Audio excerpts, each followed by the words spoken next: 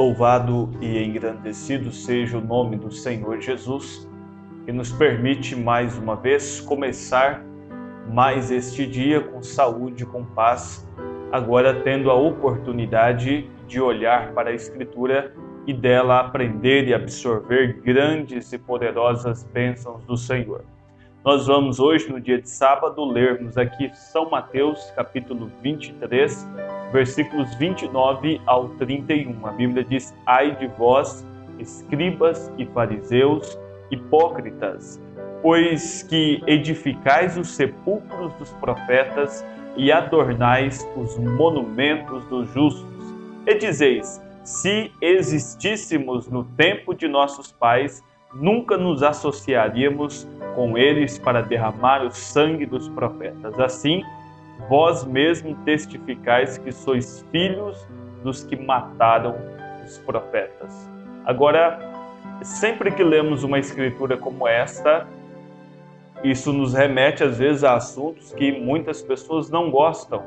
E isto vai diretamente na origem de muitas religiões e entre elas a principal, que é a religião católica, né? E muitas pessoas, quando abordam este assunto, as fazem às vezes sob uma agressividade, mas nós não estamos aqui para atacar você, mas para dizer para você o que está contido na Bíblia e sobre a maneira. Sempre que citamos aqui, né, nós quase não fazemos isso aqui, mas quando citamos a religião ou o nome de alguma religião, não estamos mencionando as pessoas que estão ali dentro, mas a maneira como aquilo é ensinado, a ideologia que é passada, a teologia que aquela igreja defende como sendo a sua base correta e como muitas dessas teologias estão erradas de acordo com a Bíblia. Mas vamos ver aqui hoje o que o irmão Brana diz para nós na mensagem em Hebreus, capítulo 1, pregado dia 21 de agosto de 1957. Não falamos isto a ferir ninguém, mas para que você compreenda que a maneira, às vezes, como a igreja tem ensinado, sai daquilo que está dentro das Escrituras Sagradas. O irmão Brana diz: nunca em toda a história do mundo, alguma vez, a igreja produziu um profeta. Nunca. Profetas, todos eles da Bíblia, não vieram associados a uma igreja. Deus os chamou e a maioria das vezes ele vem contra a igreja que já está organizada naquele dia. Faça uma pesquisa no Velho Testamento, no Novo Testamento, neste dia ou nos últimos dias. Mostre-me algum profeta que tenha sido levantado pela igreja do último dia. Mostre-me um que tenha sido levantado. E mostre-me uma vez um profeta, um verdadeiro servo de Deus, que o sistema eclesiástico do mundo não o tenha condenado. Se ele é realmente um homem levantado por Deus, talvez você diga: mas eu conheci vários homens, vários grandes pastores aí, profetas de Deus da nossa geração, que falam, que fazem, mas eles sempre estão defendendo um sistema. E quando defende um sistema, é como se você estivesse assalariado ali. Você está preso àquela ideologia e por muitas vezes de uma forma sutil, de uma forma às vezes teológica que nem eles percebem, mas estão a negar as Escrituras. Deus não quer um homem sobre cabeça de outro homem. Deus não aceita esta conglomeração ou esta organização em nome da fé. O que ele deseja é que o homem esteja completamente rendido à sua palavra e que viva da sua palavra e pela sua palavra. Amém? Então, o sistema eclesiástico sempre está condenando os verdadeiros profetas. Por quê? Porque ele ataca o sistema. Foi assim com Elias, quando ele condena Acabe e Jezabel por aquele sistema. Foi assim com muitos outros. Foi assim com João Batista, que não tinha uma aceitação de Caifás, um sacerdote. Não tinha ali, um apoio deles para o que ele estava pregando, muito embora a Bíblia nos mostre que ele foi o precursor da primeira vinda de Cristo, o profeta que trouxe e introduziu a vinda de Cristo àquela geração, tanto que o nosso Senhor Jesus Cristo, que independente da tua religião, eu creio que você crê e ama Jesus Cristo, nosso Senhor Jesus Cristo chegou a dizer: olha, dos nascidos de mulher, não há um, nunca houve um como João Batista. Então, preste um pouquinho de atenção para você ver que o grande profeta que introduziu a Cristo, que batizou a Jesus Cristo, este profeta, ele não foi aceito. Ele foi rejeitado, ele foi expulso, ele não defendia a religião de fariseus, não defendia a religião dos saduceus, não veio em nome de uma organização. Como cremos que Deus não atua em uma organização. Talvez você diga: mas e vocês, o tabernáculo, como que é isso? Não há um líder aqui entre nós. Não é uma organização onde devemos respeito a alguém ou a um presidente sobre cada ministro. Cada ministro ele é individual em sua localidade e quem está a dirigir esses ministros são, ou melhor dizendo, é o Espírito Santo. Há os encontros onde nos reunimos, trocamos experiências e ajudamos uns aos outros, mas não há uma ordem, vamos dar um exemplo aqui, para mim, vinda de um outro lugar, que eu deva fazer assim, ou executar aqui a maneira de adoração de uma forma. Nós não cremos em um sistema organizacional dirigindo a Igreja de Deus. Assim pregou também o irmão Brana e assim nós cremos, e ele diz: pense sobre isto. Jeremias, Isaías, todos, através do Velho Testamento, foram condenados por eles, por esse sistema religioso que havia no dia. E Jesus disse: adornais os sepulcros dos profetas, os limpam, mas os colocam ali. Ah, nós amamos os apóstolos e profetas, mas quem matou foi eles mesmos. A própria história mostra isso. Entende isso? Então ele diz: olha, Jesus disse isto, é certo, a igreja continua fazendo isso. Veja São Patrício, vocês, irmãos católicos, o canonizam. Ele não é mais católico do que eu, é certo, mas vocês o canonizam. Vejam São Francisco de Assis, também o canonizam, e ele não é mais católico do que eu. Vejam Joana d'Arc, vocês a queimaram numa estaca como sendo uma bruxa, porque ela tinha visões e era espiritual. Queimaram-na numa estaca, e aquela mulher gritando por misericórdia, e mesmo assim a queimaram numa estaca.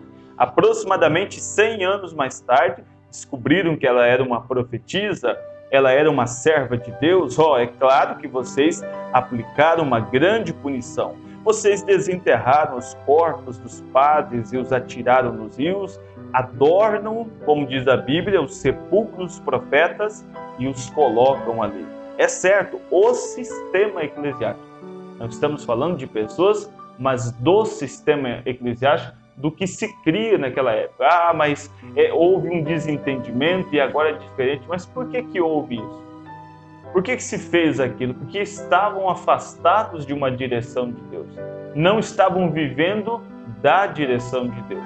Então, a ideia humana ingerida nas organizações cria tudo isso que você vê como escândalo hoje dentro da religião. Você vê disputa por poder, você vê brigas internas, você vê tantas coisas. Por isso, estou chamando você a depender de Jesus Cristo, a amar a Jesus Cristo acima de todas as coisas. Todas as vezes que há a inerência do homem, há o homem envolvido no assunto, isto vai causar corrupção, isto vai causar transtornos, isto vai causar todo tipo de escândalos possíveis. Mas se você está dirigido por Deus, vivendo uma vida consagrada a Deus, buscando do Senhor forças, graça e direção para ir em frente, irmão, você estará sempre bem guardado. Amém? Então ele diz assim, olha, o sistema eclesiástico jamais produziu um homem de Deus, nunca, nem hoje e nem nunca o fará, porque sempre é puxando para si mesmo. Aí começa aquele eu vou pregar isto para agradar ele, para ele me dar uma posição melhor. Vou fazer assim, porque então tira-se a liberdade muitas vezes. Tira-se, se começa a pregar algo ali e Deus dá uma mensagem, dependendo do que você está a pregar, você é minado, você é tirado, porque fere princípios de uma organização. Logicamente que há uma direção, Se você é um auxiliar ali, algo, você está sim sobre a tutela de um ministro, deve respeito a um ministro que está ali te assistindo, mas não a um sistema como vemos aí, de forma alguma. Deus não atua desta maneira. A religião organizada nunca tem sido o tema de Deus. A igreja organizada mais antiga do mundo é a Igreja Católica. Em segundo lugar vem Lutero, e ele foi citando Zwinglio, depois Calvino, de Calvino aos anglicanos, em continuação aos anglo-saxões, e então a Igreja Anglicana, o rei Henrique VIII, e foi então quando ele protestou e assim por diante. Em seguida veio Wesley, do movimento metodista, os nazarenos, os peregrinos da santidade, e assim até que por fim vieram os pentecostais, e todos se organizaram. A Bíblia claramente ensina em Apocalipse capítulo 17 que a Igreja Católica está ali, o sistema, guarde bem o que eu vou dizer, o sistema, a maneira de ensino que opera hoje dentro desse sistema católico, ele está representado ali em Apocalipse 17, é uma mulher de má fama, e que as igrejas protestantes e suas organizações são suas filhas, está lá em Apocalipse capítulo 17. É exatamente correto. Agora, não as pessoas, guarde bem isso, não as pessoas, mas a maneira, o sistema, o jeito que está sendo ensinado a palavra às pessoas é uma maneira condenável por Deus. Não há uma adoração, por exemplo, a ídolos. Não existe tal coisa. Não existe na Escritura uma adoração a uma Santíssima Trindade. Não falamos para ferir você, mas é o que está nas Escrituras. Não há uma referência, não há um batismo como é feito o batismo lá. Sabe, vou batizar crianças, vou fazer assim, na hora de um batismo, então é feito em nome de Pai, Filho e Espírito Santo. A Bíblia não nos ensina desta maneira. Então, se sai das Escrituras, se foge das Escrituras, não tem como estar certo. É um ensino errado, e se está errado, a Bíblia por si só já condena. Não é ideias minhas, mas a própria Bíblia diz que se você está em algo que é errado, um ensinamento errado, Deus não está com você. Então conseguem ainda, você vai perceber isso. Mas eu vejo tantas coisas acontecendo, acontecem, sinais, maravilhas, dons são dados sem arrependimento. Isto vai ter todo o tempo. Você encontra pessoas nas mais diversas religiões sendo curadas, porque a fé delas em Cristo Jesus para uma cura é real, é verdadeira. Mas para salvação, para arrebatamento, para a vida eterna, para viver o que está realmente na palavra, aí entramos em um outro assunto.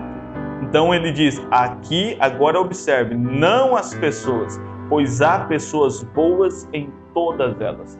Creio que nos ouvindo aqui hoje, há pessoas maravilhosas, muito melhores do que nós mesmos, muito melhores do que todos que eu tenho conhecido. Sabe, pessoas exemplares, pessoas honestas, pessoas sinceras, pessoas que dentro do que lhes foi ensinado, eles são, sabe, amantes da palavra de Deus. Mas é preciso ver se isso que está sendo ensinado a você bate com as Escrituras Sagradas. Ou se eles estão modificando isso para você, vendendo a você um evangelho que não é o evangelho da cruz. Então observe isto, Deus não chama seu povo através de uma organização. Vou ler novamente, não as pessoas, pois há pessoas boas em todas elas, pessoas santas e salvas. Mas Deus não chama seu povo através de uma organização.